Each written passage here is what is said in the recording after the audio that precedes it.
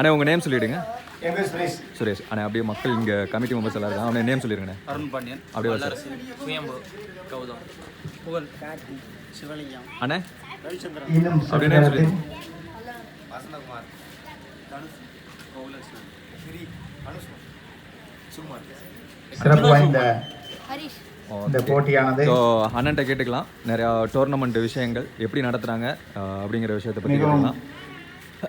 அண்ணா சொல்லுங்கண்ணே, டோர்னமெண்ட் பற்றி சொல்லுங்கள். என்ன ப்ரைஸு? ப்ரைஸ் வந்து 8000 ரூபா. Second prize? Second prize 7000, 6000, 5001. ஓகேண்ணே. இதில் முக்கியமாக ப்ரைஸுங்கிறத விட நம்ம கோப்பை சுற்று வட்டாரத்தில் சிறப்பாகவும் எல்லாரும் பிரமிக்கிற வகையிலும் வச்சுருப்போம். அதன் காரணமாக இங்கே போட்டி சிறப்பாக நடைபெறும். ஓகேண்ணே. நம்ம ஊர் சொல்லிடுங்க. என்ன தாலுகா, என்ன டிஸ்ட்ரிக்ட்? மதுரை மாவட்டத்தில் மேலூர் வட்டத்தில் அம்பலம்பட்டி கிராமம் போஸ்ட் இருக்கேன். இங்கே பெருமைன்னு சொல்லப்போனால் நீங்கள் பின்னாடி பார்த்துக்கிட்டு வல்லவன் கோயில். இந்த வல்லவன் கோயில் எங்கள் வெளியூர் நாட்டுக்கு பெருமைன்னா அது எங்களுக்கு அதை விட பெரிய பெருமை. ஏன்னா சிறப்பு வாய்ந்த இந்த மைதானத்தில் நாங்கள் வந்து கிரிக்கெட் போட்டி கடந்த 45 வருஷமாக நடத்திக்கிட்டு இருக்கோம். நெருங்கி இப்போ 50 ஆண்டு காலத்தை தொட போகிறோம். இந்த சிறப்பு வாய்ந்த மைதானத்தில் எல்லாருமே ஆடலை விரும்புவாங்க. ஏன்னா பல அற்புதமான போட்டிகள் நடந்து சிறப்பு மிக்க வீரர்கள் இங்கே உருவாயிருக்காங்க. இந்த போட்டி நடத்துறதுக்கு காரணமே எங்கள் ஊரில் வருங்கால இளைஞர்கள் மிகவும் சிறப்பாக கிரிக்கெட் பயிற்சி செய்யறதுக்கும் நல்லதொரு கிரிக்கெட் போட்டியை உருவாக்குறதுக்கும் சிறப்பாக பாடுபட்டு இருக்காங்க. அதன் காரணமே நாங்கள் தொடர்ச்சியாக ஆண்டுதோறும் இந்த போட்டியை நடத்திக்கிட்டு இருக்கோம். ஓகேண்ணே. என்ட்ரன்ஸ் ஃபீஸ் எவ்வளோண்ணே? என்ட்ரன்ஸ் ஃபீஸ் 601 தான். குறைஞ்சதா எல்லாரும் வந்து கலந்துக்கிறவங்களுக்காக எப்பயுமே என்ட்ரன்ஸ் ஃபீஸ் நம்ம ஊரில் குறைச்சா தான் இருக்கும். ஓகேண்ணே. ஸோ கப்பு வந்து 6 அடின்னு சொல்லியிருக்கீங்க. ஆமாம், 6 அடி. அதுக்கப்புறமா உள்ள கப்ஸ் எல்லாம் அதுக்கு அடுத்து 5 அடி, அப்புறம் 3வது பிரைஸ் 4வது பிரைஸ்க்கு 4 அடி கப்பு. 4 அடி. அது ரெண்டுமே ஈக்குவலாக இருக்கிற மாதிரி. மொத்தமாக எத்தனை டீம் இங்கே?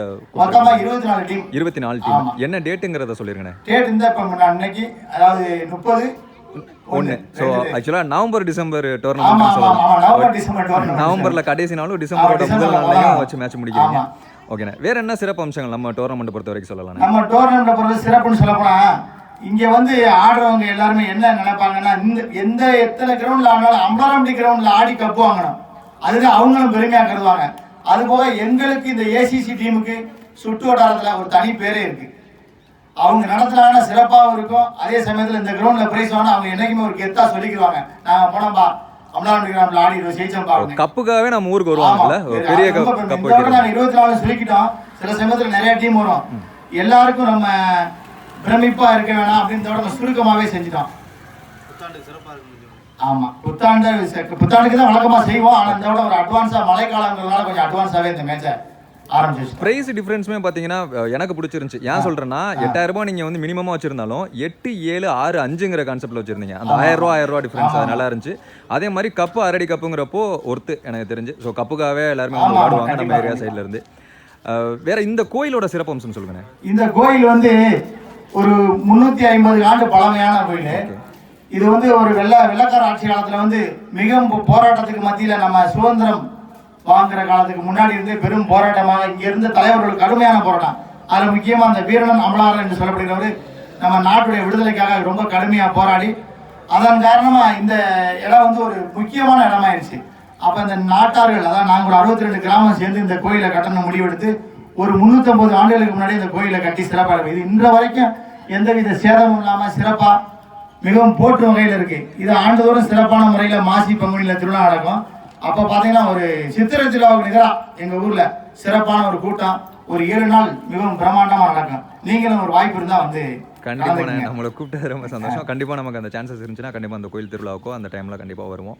அதே மாதிரி நான் நேற்றுல இருந்துமே பார்த்துக்கிட்டு இருந்தேன். இங்கே இருந்த வரைக்கும் காரில் வர்றாங்க. அங்கே இருக்கு இப்போ கூட ஒரு ஃபேமிலி வந்தாங்க. ஸோ எப்போவுமே இங்கே ஆள் வந்து போயிட்டு தான் இருப்பாங்க. வெளியே சனி ஞாயிறுங்கிறனால இப்போ கொஞ்சம் கம்மி. அதே செவ்வாய் வெள்ளிங்கிறப்ப இங்கே பெரும்பாலும் நிறைய பேர் நல்ல நாள் பார்த்து நல்ல நாள் அதே மாதிரி நிறைய பேர் வந்து சாமி கும்பிடுவாங்க. நம்ம ஊர் சுற்று வட்டாரம் மட்டும் கிடையாது, வெளி மாவட்டங்கள்ல இருந்து வந்து இங்கே நிறைய பேர் சாமி கும்பிடுவாங்க. அது சக்தி வாய்ந்த தெய்வம். நம்ம ஒரு நல்ல காரியம் நினைச்சு செயல்படுத்த நினைச்சோம்னா கண்டிப்பா அது சக்சஸ் ஆகும். கண்டிப்பாண்ணே சூப்பர். நீங்கள் சொல்லும் போதே புரிய வருது. அதே மாதிரி ரொம்ப பழமையான கோயில், பார்க்கும்போதே தெரியுது, பார்க்கவும் நல்லாவும் இருக்குது. நான் லைவாக இங்கே பார்க்குறப்போ ஒரு நல்ல வைப்பு கிடைச்சிது. அதே மாதிரி இந்த கிரவுண்ட் எங்கேனே இருக்குது நம்ம ஊரில்? இது வந்து அம்பலாரம்பட்டி கிராமத்துலேருந்து ஒரு 100 மீட்டர் தள்ளி தான் வள்ளியார் கோயில் பொட்டல். இதுக்கு பேர் வள்ளியார் கோயிலுக்கு முன்னாடி இருக்கிற மைதானம். நாங்கள் சாதாரண வள்ளியார் கோயில் பொட்டல்னு சொல்லுவோம். இது வந்து எங்களுக்கு கிரிக்கெட் நடத்துறதுக்கு ஒரு சிறப்பான இடம். ஏன் அப்படின்னு கேட்டால், எப்பயுமே ஒரு விளையாடி ஓடியாடி விளையாடுறா அடிலாம் அவ்வளோ பற்றாது. நம்ம தைரியமாக வந்து ஃபீல்டிங் பண்ணலாம், ஓடி ரன் எடுக்கலாம். நமக்கு திடீர்னு காயம் ஏற்பட்டுருமே அப்படிங்கிறதெல்லாம் கிடையாது. நல்ல ஒரு அருமையான, இந்த மழை பெஞ்சனால கொஞ்சம் வித்தியாசமா இருக்கு, இல்லைன்னா ரொம்ப சிறப்பா இருக்கும். பந்து போடுறதுக்கும் சரி, பேட்டிங் பண்றதுக்கும் ஒரு அற்புதமான கிரவுண்டா இருக்கும். ஓகேண்ணே. அதே மாதிரி 24 டீம்னு சொல்லியிருக்கீங்க. முதல் நாள்ல 16 டீம், அதுக்கு அடுத்து வந்து 8 டீம், அதுக்கப்புறமா செமி ஃபைனல் அந்த மாதிரி பண்ணிருக்கீங்க. அப்போ வந்து 3 ரவுண்டு கட் பண்ணா பிரைஸ் குவாலிஃபை ஆவாங்க. கண்டிப்பா 3 ரவுண்டு ஜெயிச்சிட்டாங்கன்னா அவங்க பிரைஸ் குவாலிஃபை ஆவாங்க. அந்த மாதிரி 3 டீம் வரும். அதுக்கப்புறமா கமிட்டி ஒரு டீம். கமிட்டி இது முன்னாடி இப்படி இல்ல, இப்ப எல்லா இடத்துலயும் வழக்கமா இருக்கிறனால அந்த மாதிரி பண்ணிட்டோம். முன்னாடி நாங்க எப்படின்னா, இதுக்கு முன்னாடிலாம் நாங்க ஆடியே வருவோம். ஏன்னா எங்க கிரவுண்டு எங்களுக்கு தெரியும், எங்க பந்து போட்டா என்னாங்க எப்படி அடிச்சா சொல்லிட்டு. இப்ப சமீப காலமா இப்ப இந்த ட்ரெண்டிங் ஆகி போச்சு. இல்லைன்னா இந்த கலாச்சாரம் இல்ல, எப்பயுமே நாங்க ஆடிதான் பிரைஸ்க்கு வருவோம். இப்ப முதல் முறையா ஆடாமலே வந்து பிரைஸ் அன்றாங்க. ஓகேண்ணே. ஸோ அதே மாதிரி கோயில் சிறப்பு பத்தி சொல்லிட்டீங்க. ஊர் சிறப்பு அந்த மாதிரி ஏதாவது இருக்கு? ஊர் சிறப்புன்னு சொன்னோம்னா, இந்த நாட்டை வகுத்த மன்னர் என்று சொல்லப்படுகிற வீரநம்பலார் வந்து பிறந்து வளர்ந்த ஊர் எங்க ஊர் தான். இந்த ஊருக்கு அதை விட சிறப்பு என்னன்னா, இங்க சுற்றி எங்க ஊர்ல நிறைய கோயில் இருக்கு. நிறைய ஊர்ல இருக்கிறவங்களுக்குலாம் பெரும்பாலான கோயில் இங்கதான் இருக்கு. இப்ப நம்ம சொல்லுவாங்க சிதம்பரத்தை கோயில் நகரம்னு. அதே மாதிரி இந்த வெள்ளலூர் நாட்டுல கோயில் அதிகமா உள்ள ஊர்னு சொல்ல போனா அம்பலாரம்பட்டி கிராமம் தான். அதுவே பெரிய சிறப்பு. ஆண்டுதோறும் எங்க இருந்தாலும் சரி, அவங்க எல்லாம் வந்து அவங்க குலதெய்வத்தை வந்து இங்க வந்து சாமி கும்பிட்டு போவாங்க. அதுவே பெரிய சிறப்பு தான் எங்களுக்கு. ஓகே. ஆக்சுவலா நீங்க வந்து பாக்குறதுக்கு சீனியரா இருக்கீங்க. எனக்கு தெரிஞ்சு நம்ம டீமோட சீனியர் பிளேயரா தான் கண்டிப்பா இருக்கீங்க. கண்டிப்பா. சோ அந்த ஓல்டு கிரிக்கெட்டுக்கும் இப்ப யங்ஸ்டர்ஸ் விளையாடுற கிரிக்கெட்டுக்கும் உங்களுக்கு என்னென்ன தோணுது? ஓல்டு கிரிக்கெட்ல எப்படின்னா, இந்த மாதிரி ஒரு நவீன வளர்ச்சி எல்லாம் கிடையாது. நாங்க காரக் பால் ஆடுவோம். பேட்டெல்லாம் வந்து நாங்களே வந்து மரத்தை செஞ்சுக்கிடுவோம். அந்த அளவுக்கு கூட வசதி இல்லாம வாங்கி செய்வோம். காரக் பாலுங்கிறனால அப்ப இந்த கையில கீழே அடிபடும், அதில் காயத்தெல்லாம் பொருட்படுத்த மாட்டான். அப்போ வந்து ஒரு முரட்டுத்தனமான ஆட்டமா இருக்கும். ஆனா இப்போ கொஞ்சம் மென்மையான ஆட்டமா இருக்கு. நவீன காலத்துல மென்மையா இருக்கு. ஆனா அப்போ வந்து இந்த காரக் பால் ஆடும்போது இந்த பந்து வாங்குற வசதியோட இல்லாம என்னன்னா, அந்த பிளாஸ்டிக் எல்லாம் உருக்கி காரக் பால் மாதிரி ஏற்படுத்திட்டு அதை வச்சு அடிச்சு ஆடுவோம். ஆனா இப்போ உள்ள பசங்க டெக்னிக்கலா ஆடுறாங்க. அவங்க ஷாட் முன்னாடி அடிக்க முடியாது. இப்போ வந்து சாதாரணமா டச் பண்ணா கூட 6 ஆகும். அப்ப 6 அடிக்கிறதுலாம் பெரிய வேலை, சாதாரணமா அடிச்சிட முடியாது. பவுண்டரி ரொம்ப பெருசா வச்சிருப்பாங்க. ஆமா, பவுண்டரி லைன் எல்லாம் பெருசா இருக்கும். இந்த கிளவுஸ் எல்லாம் கிடையாது. பேட்டும் வெயிட்டா இருக்கும். ஆமா, பேட்டும் வெயிட்டா இருக்கும். அதை ஆடுற அந்த மாதிரி ட்ரைனிங் எடுத்து நாங்க முரட்டத்தனமா பல ஆட்டம், ரொம்ப பேருக்கு பல சேதங்கள்லாம் ஏற்படுது. அதையும் மீறி எந்த ஊருக்கு போனாலும் ஏசிஸ்னா இன்னமும் அந்த கெத்து இருக்குது. ஏசிஸ் பசங்க வந்தா கண்டிப்பா அவங்க வந்தாங்கன்னா பரபரப்பா இருக்கு அப்படிங்கிற மாதிரி இருக்கு. ஓகே. உங்களோட ஓல்டு மேட்ச்ல உங்களுக்கு ஏதாவது மறக்க முடியாத மேட்ச் இன்னும் உங்க மண்டைக்குள்ளே உறுத்திக்கிட்டு நிக்குது? மண்டைக்குள்ள ஒரு மேட்ச் இல்ல, நிறைய மேட்ச் உறுத்திக்கிட்டு இருக்கு. ஏதாவது ஒண்ணு ஸ்பெஷலா சொல்லுங்க. அதுல நாங்க நல்லா சிறப்பா ஆடி ஜெயிச்ச மேட்ச் சொதப்பி 1-2 மட்டும் கோட்டை விட்ட உண்டு. தனியாமங்கலத்துல ஒரு மேட்ச் நடந்துச்சு, பக்கத்து கிராமம் தான் தனியாமங்கலத்துல. கடைசி ஓவருக்கு நாங்க வந்து 13 ரன் அடிக்க வேண்டியிருந்துச்சு. நீங்க அடிக்கணும். ஆமா, நான் ஆக்சுவலா அவுட் ஆயிட்டேன். எனக்கு பின்னாடி வந்த பசங்க கடைசி ஓவருக்கு எய்த்து ஆடினது வந்து பக்கத்துல சாத்தமங்கலம்னு ஒரு பையன், அருமையான டீம். பந்து போடுறாரு. கடைசி ஓவர் 6 பாலுக்கு 13 ரன்.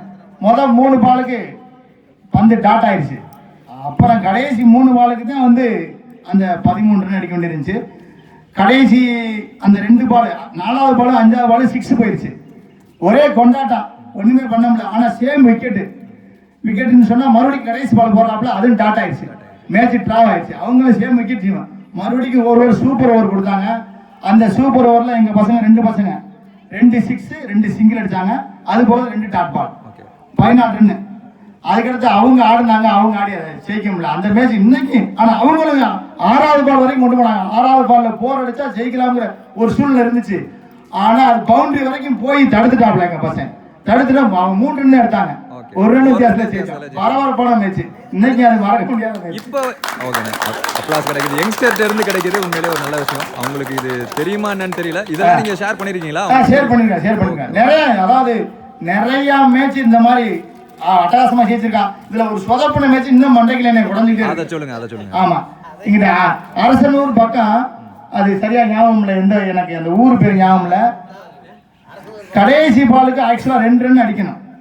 கடைசி பாலுக்கு 2 ரன் அடிச்சா கடைசி பால் அடிக்கிறாங்க. எங்க பசங்க 2 பேரும் பரபரப்பா ஓடுறாங்க 2 ரன்னுக்கு. ஆனா எடுக்க முடியாத ரன்னு தான்.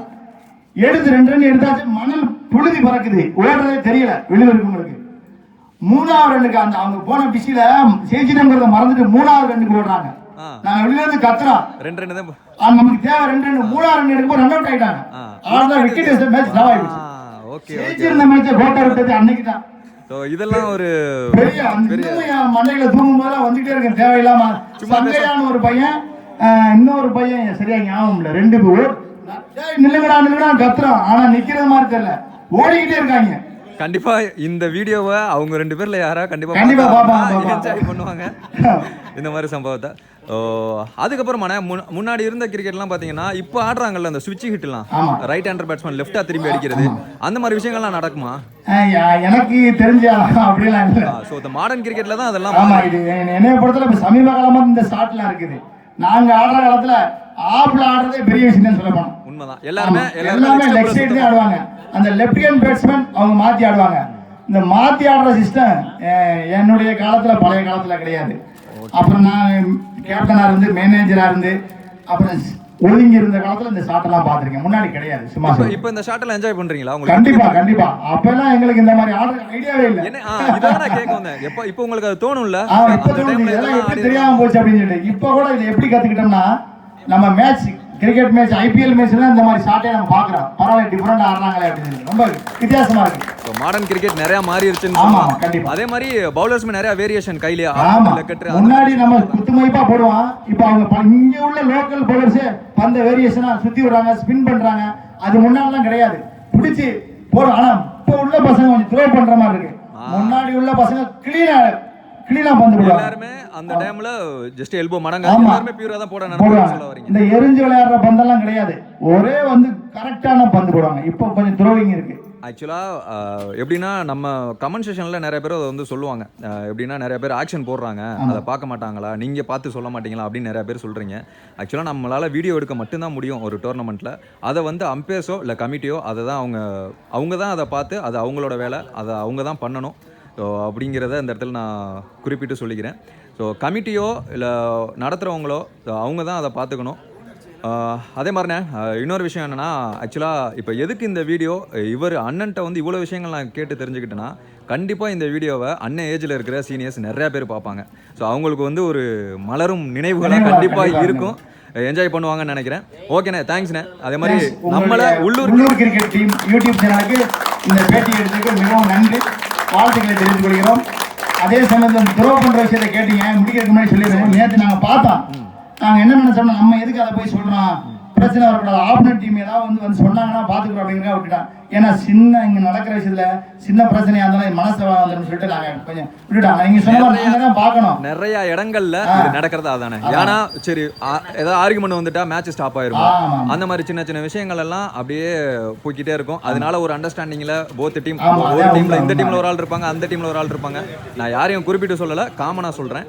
ஸோ இந்த மாதிரி விஷயங்கள் நிறைய நடந்துகிட்டு இருக்கு. அதை வந்து கம்மி பண்ணணும் அப்படின்னா கமிட்டி ஆர்கனைசர் அவங்களால மட்டும்தான் முடியும். ஸோ தேங்க்ஸ்ண்ணே, நல்லா இருந்துச்சு உங்கள்கிட்ட பேசுனது.